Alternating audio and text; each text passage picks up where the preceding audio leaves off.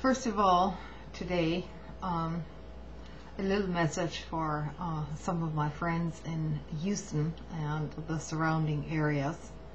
I hope you got through the storm okay. I know you can't watch me right now. The power is out and the streets are flooded. And CNN, of course, is not showing anything but the downtown area. For the most part, you know, we all know, anyone who has lived in Houston for any length of time knows that nobody actually lives downtown Houston. And I suppose the Chase building got a big hit, their windows blown out and so on. I will reserve further commentary on that. Meanwhile, the surrounding damage, outages in some of the lower lying areas surrounding Houston and inside of Houston are not getting any national coverage at all. So I know what it's like. I've been there and I've seen it firsthand. So I hope your apartments and homes weren't flooded out and that you'll get your electricity back sometime soon. So this is my message to my friends in Houston. On the international stage, there have been many things happening, not covered on the mainstream news for the most part.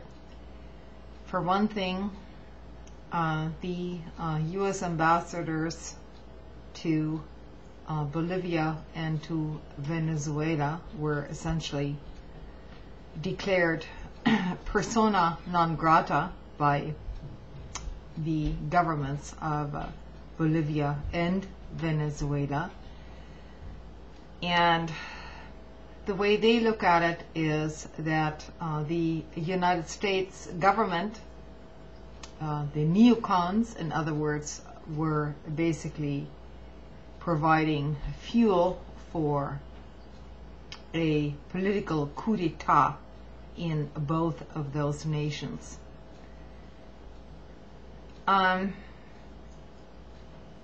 While the attention is elsewhere right now, in basically towards Russia, Georgia, and so on, it all figures into the larger geopolitical strategy of those people who are still in power here in the U.S. and of course also in Russia. So the recent developments are not good. It points to further aggressiveness on the part of the United States towards other nations and meddling in their foreign policy affairs, and actually in their internal affairs for that matter.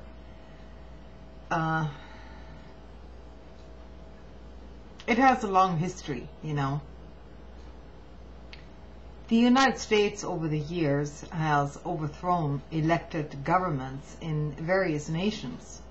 And you may want to look that up if you don't believe me. The point being is that the Cold War is now being rehashed instead of the war on terrorism, which is, of course, the same thing. It is about geopolitical strategy over resources in various regions. And Venezuela and South America is one of those regions. And I suppose our government has decided, since Wall Street can be bailed out and nationalized, so to say, in this country, the people of Venezuela and Bolivia and Brazil do not have the right to nationalize their own industries. In other words, keeping some of the profits for their own population rather than dealing it out or dashing it out to the multinational corporations, which have been stealing their resources, not just there, but all across the globe for many, many decades. So I will make some specific follow-up videos in regards to the situation in Venezuela, and also the latest powers just granted to the FBI, totally under the radar screen of most people. And it'll be done in my next few videos. I'll have to get my notes together here, and I'll be back, and I'll see you soon. Thanks for listening.